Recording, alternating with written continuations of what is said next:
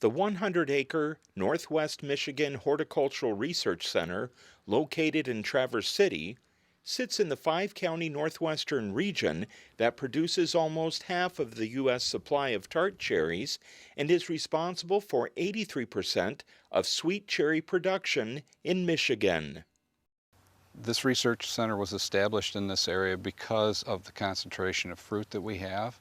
In having that concentration of fruit and fruit growers and support in this area, it puts us right on the cutting edge of what we need to be for research purposes for the grower community.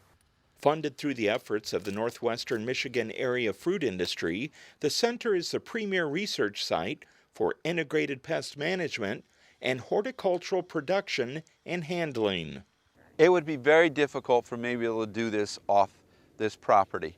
If we went to a private grower cooperator, they might be very kind to let us use some of their land, but they may not allow me to go out and do a lot of the pruning and practices that may not be conducive to fruit production, but that's how we learn.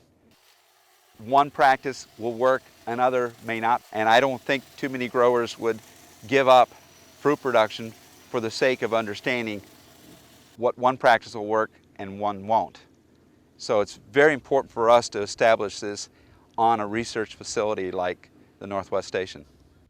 The AgBioResearch stations are extremely important. We have 4 fruit stations, and without those experimental blocks, we wouldn't know what we know today about IPM techniques, scouting techniques.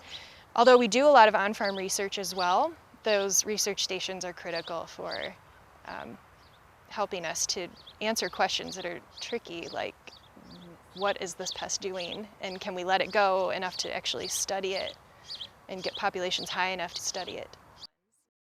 The research center was established in this area to help out with ongoing research projects on grower farms. There's many projects that cannot take place on a grower farm. We cannot do fungicide testing on a grower farm. We cannot do variety trial testing very well on a grower farm. Some of our variety trials may have up to 300 or 400 different varieties, and to put that amount of land in use on a grower farm where something can't be returned to him does not work. And that's part of the reason we were established here, was to take care of those local needs for the industry.